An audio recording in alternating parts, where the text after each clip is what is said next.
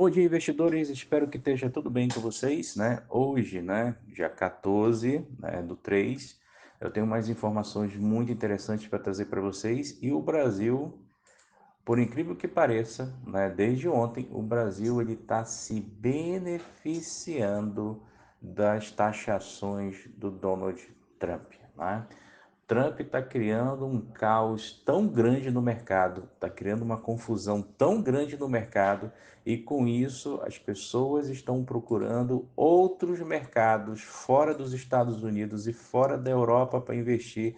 E adivinha para onde esse pessoal está vindo? Isso mesmo, para o Brasil. Pra vocês terem uma ideia, ontem o índice futuro do Ibovespa ele subiu, deixa eu ver aqui para vocês aqui, exatamente 2.640 pontos. O índice futuro ele saiu de 125,37 e foi parar agora 127,795, tá? Rompeu uma resistência muito forte que estava ali entre 127 e 208, né? Essa resistência, e está indo buscar o próximo topo, tá? Que seria 129.148, tá? Foi uma alta muito forte que o Ibovespa teve, né? O Ibovespa subiu 1,43 ontem, tá? Uma alta muito forte. Nessa semana, né, o Ibovespa já subiu 1,85, o Ibovespa que estava muito pressionado, né, muito cheio de problemas, porque a gente tem os problemas internos junto com os problemas externos, mas o Ibovespa ele deu um ar, né, e também teve muita recomendação da JP Morgan, né, da JP Morgan, né, para compra de Brasil. Apesar de nós temos alguns percalços que ainda não foram ajustados, como a Lei de Diretrizes Orçamentárias do Governo ali, o orçamento do governo não foi aprovado, o governo está gastando sem ter orçamento, apesar do endividamento do PIB, crescimento da inflação, apesar da alta da Selic, ontem a bolsa ela explodiu, tá? Explodiu muito forte, entrou muito dinheiro de investidor estrangeiro aqui, tá? Vocês terem uma ideia, ontem o SP500, né, até o momento que eu comecei a fazer as análises ontem, né, o SP500 tinha caído mais de 1%. Tem investimentos, né, nos Estados Unidos que já perdeu 10%, 8% esse mês, né? Fundos de investimento que investem em investimentos internacionais, né? Para vocês terem uma ideia, o SP500, só nesse mês, ele já caiu 8,93%. Alguns fundos que são correlacionados com o SP500 já caíram entre 8% a 10%. O Dow Jones, só esse mês, ele caiu 7,71%. Só esse mês, né? E o Nasdaq 12,02. Vários investimentos atrelados às bolsas americanas estão sofrendo porque os Estados Unidos estão fazendo essa política de taxação para tentar crescer, aumentar a receita dos Estados Unidos, mas hoje o mundo mudou. O mundo, teoricamente, ele não precisa tanto assim dos Estados Unidos para comércio. Os países podem comercializar por fora. Então, essa briga que está tendo, né? A Europa taxando os Estados Unidos, né? O Trump devolvendo 200% de taxação sobre champanhe e vinhos, né? A Europa taxando lá os Estados Unidos sobre o uísque.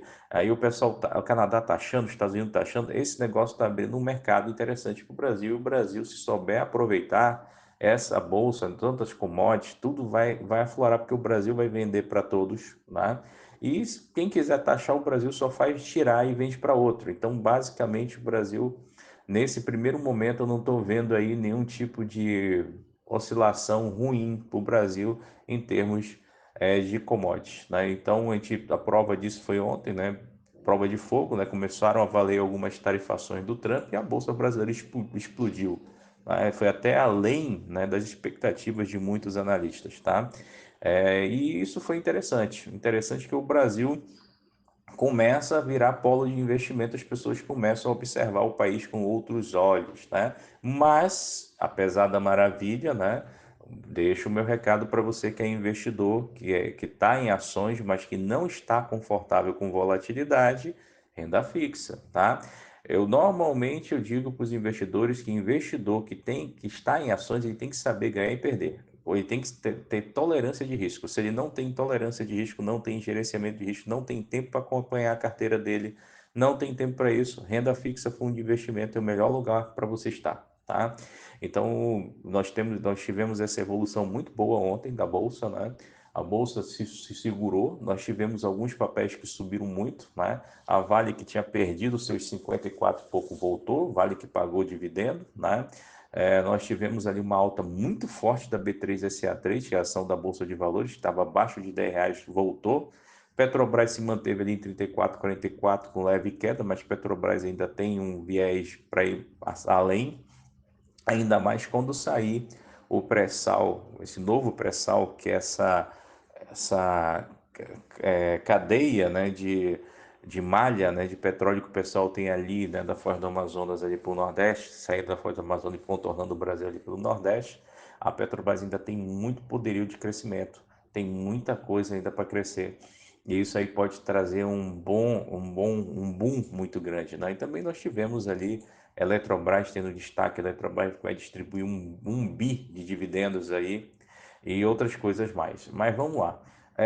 Hoje nós temos ali no calendário econômico, né, fatos bem interessantes para observar, né? Entre eles nós temos ali na Alemanha, a gente tem os preços de casas, né, que sai hoje, tá? Isso é interessante para medir lá a inflação sobre os imóveis, né? A prévia era de 0,9, mas veio só 0,6. Ainda a Alemanha ainda está um pouco abaixo da expectativa no mês, mas no ano a Alemanha cresceu. A expectativa anual para a Alemanha era de 0,9, veio 1,6, tá? Também saiu lá o DPD, né, mensal, e o DPD do terceiro trimestre ali do Reino Unido. O que é DPD, Paulo? É o PIB, né? O PIB do Reino Unido ali, ele tinha uma prévia de crescimento de 0,4, veio menos 0,1, e o PIB do Reino Unido tinha um crescimento ali por 3 meses previsto, né? Para 0,1, nos 3 meses ele cresceu 0,2. Tá? Ainda tem uma malha de recessão ainda vindo ali no Reino Unido, né? A posição industrial do Reino Unido também teve uma queda. Era esperado um crescimento de 0,5, veio menos 0,9, e os produtos manufaturados também. Era esperado uma alta de 0,7, veio uma queda de menos 1,1, né? Também na China nós tivemos ali a questão de contratos, né? Empréstimos chineses, né? A China ela basicamente deu uma redução, né? Ela tinha 51 130 bilhões de yuan de empréstimo, a prévia veio 1,01 bilhões de yuan, tá? Então a China ela veio com um crédito menor, né? Ela está se controlando ali na questão, principalmente o que a gente analisa quando o crédito num país vem menor é que os empresários começam a investir menos para comprar essa manufatura, começam a investir menos para comprar as coisas. Então é uma situação assim complicada, né? A China ela tem esse movimento, né? E esse movimento um pouco menor, né, faz com que também as commodities são vendidas por lá caiam, né? Falando de commodities, né? Nós tivemos ali, né, o barril do petróleo ali voltando para os US$ 70, né? Por que o barril do petróleo cresceu? Entre essas expectativas de crescimento, nós temos ali as sanções, né, que os Estados Unidos está impondo.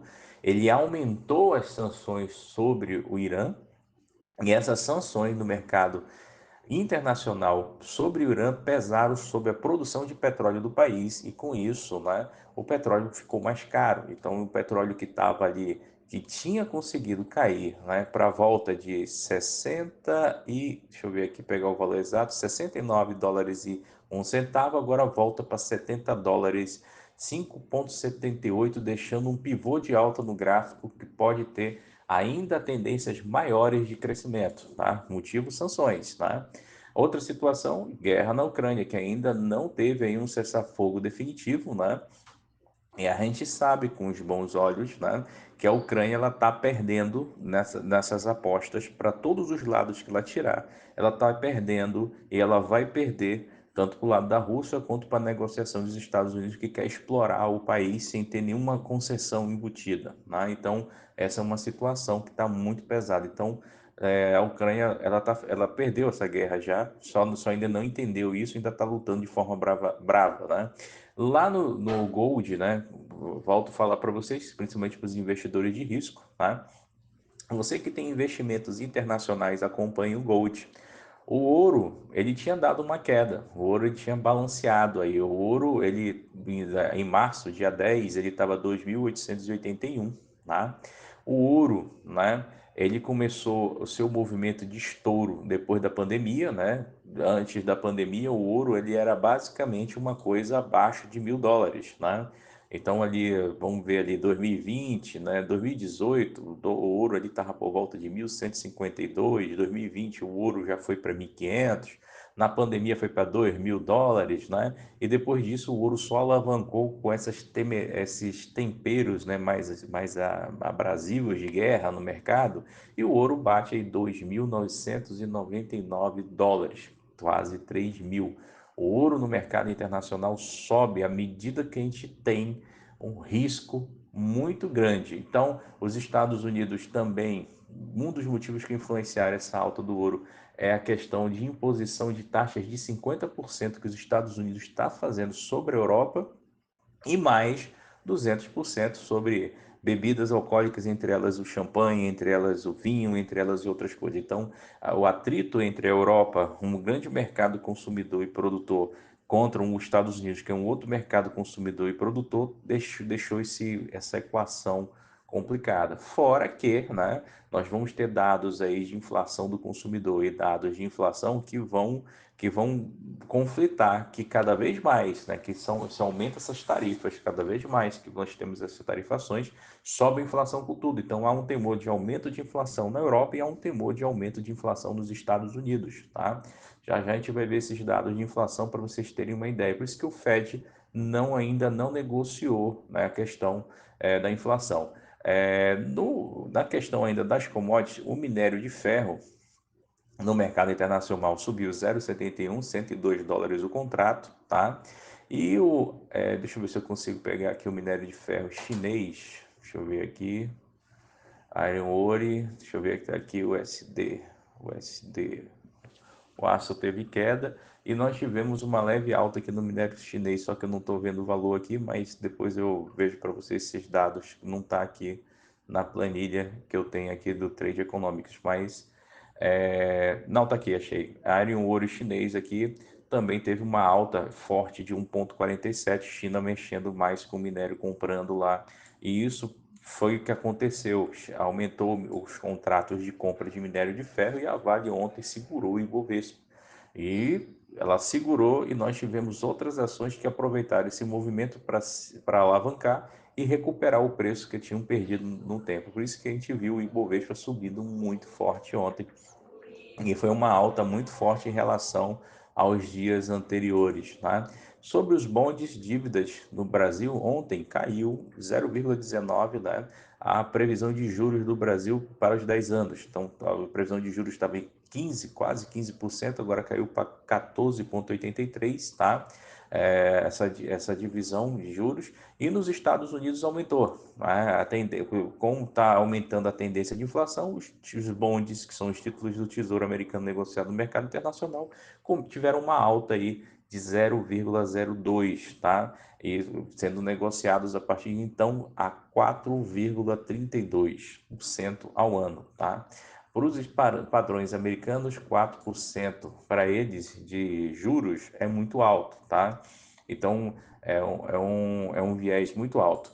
Falando de Estados Unidos, né? Os Estados Unidos está brigando, já está há um tempo aí, que a sua inflação agora no primeiro, em fevereiro, saiu 2,8 e nós já temos uma inflação prévia, né, projetada para, né, os Estados Unidos em março de 2,8. Ainda não tem os números oficiais, a gente vai ver se isso vai se consolidar quando a gente tiver o próximo core de inflação lá saindo dos Estados Unidos. Se for confirmado, se aumenta mais o temor do Fed em questão de redução de juros, tá? Lá nos Estados Unidos, nós ainda estamos com um endividamento do PIB de 122,30% do PIB, e aqui no Brasil, né, nós estamos com uma taxa Selic de 13,25, tendendo aí a 5 ou a 15% no meio do ano, e a nossa inflação, né, beirando ali 6%, né, segundo os próprios dados do Banco Central. O Banco Central está prevendo, né, pelo Boletim Fox, que a inflação pode chegar em 6%, né? prevendo. Se tiver alguma mudança política no meio do caminho, isso pode ser que não aconteça, ou pode ser que aconteça caso não tenha, tá? Mas o endividamento do Brasil em relação ao PIB aumentou, né? O endividamento ao PIB do Brasil, ele era de 84,68 e ele foi para 88,34, segundo os próprios dados do Banco Central, tá? Então, crescendo, né? E a gente teve uma reunião ali ministerial, né, aonde pessoas ligadas ao governo, entre elas a ministra Tebet lá, né, solicitou ali um corte ali de 8 bilhões em programas sociais, né? Isso aí foi noticiado e não ficou muito bem para a imagem do governo porque se gastou demais e agora estão procurando cortes e eles sabem que aumentar taxas e impostos demais, a população tem uma hora que não aguenta. Então a gente vai ter uma situação, mas não pasmem, tá? A ideia dos políticos do Brasil, de um modo geral, tanto seja esquerda ou direita, é que a gente pague impostos a níveis europeus, né? O pessoal aqui tem um sonho muito inédito de comparar o Brasil com a Europa, porque nós temos um grande PIB, mas a nossa divisão de renda é ruim, mas a ideia é que nós temos a alíquota de imposto de renda de 45, 46%, como é cobrado na Suécia, na Suíça, né, e alguns outros países por aí, né? Apenas os países árabes cobram de 0 a 4% de imposto, tá, senhores? Os demais países do mundo aí, grandes, como Estados Unidos e Europa, que é o sonho de todo mundo e todo mundo vangloria falando isso, é de 40 para 30%. Então, uma pessoa aqui no Brasil que já ganhasse ali seus 10 mil, não estranhe que lá fora você pagaria um teto de 20 a 30 ou até mesmo 40% de imposto de renda em cima, tá? Se você está achando que eu estou falando mentira, é só digitar um Google que você vai ver quanto é que é o imposto de renda nesses países, tá? Contrato de gasolina no mercado internacional também alavancaram, gasolina hoje 2,14 dólares, né? Prata também explodiu, prata vai aumentar muito, tá? Um dos motivos de prata ligarem muito é por causa de condutores, né? A gente sabe que o ouro e a prata são os melhores condutores que a gente tem, né? Principalmente para questões de informática e tecnologia. Como está tendo um boom de crescimento nessa questão de inteligência artificial e de interligar a inteligência artificial a processadores e componentes, então nós estamos tendo ali um boom nessa situação. Teve uma recomendação que eu fiz há muitos anos atrás, eu tenho uma cliente nesse papel que foi a empresa canadense, né, que explora ouro e metais preciosos, chamada Aura 33, né? Só tem uma cliente nossa que entrou e desde a recomendação que eu fiz para essa cliente, nós temos ali um retorno ali de mais de 50%, né? Já tem uns 2 anos que eu falo nisso, né? Então, é bom você associar outros mercados e ver, né? Tesla está passando por um mau momento também. Tesla está sendo muito, né, visada por estar próximo do governo, né? E também, né, por causa principalmente desse conflito que a gente está tendo entre China e Estados Unidos, né? Você começa a ter ali as pessoas boicotando o produto da Tesla, né? O carro elétrico tem uma coisa que eu queria falar para vocês que é o seguinte: não se empolguem em comprar ações de empresas pela questão do carro elétrico, porque o carro elétrico ele acaba sendo mais poluente do que o carro a gasolina. Eu vou te dizer por quê. Porque aonde se explora-se, né, o lítio, né, você faz uma contaminação e uma destruição ambiental muito maior do que a do combustível fóssil, né? Então, provavelmente, essa onda de carro elétrico ela vá, né, ela continue e depois de um tempo ela se esvarie, caia fora, depois que o pessoal começar a utilizar outras ideias de combustível como hidrogênio ou motores híbridos, tá? Isso é uma coisa muito forte que está vindo no Japão, né? Já vindo pela Toyota, a Mitsubishi e vindo pela Honda, né? Essa ideia de usar motores a hidrogênio líquido, né? Que seria até menos, até mais, vamos dizer assim, limpo do que seria o uso do lítio da bateria, que ninguém sabe para onde vai descartar, e o uso do combustível fóssil. A verdade é que o mundo está passando por uma mudança muito rápida, tecnológica e financeira, que se você tem que ficar ligado a alguns ganchos, tá? Não é hora de você se desesperar, mas é hora de você observar pequenas oportunidades. Qualquer coisa, nós estamos aqui. Um abraço com Deus, até a próxima.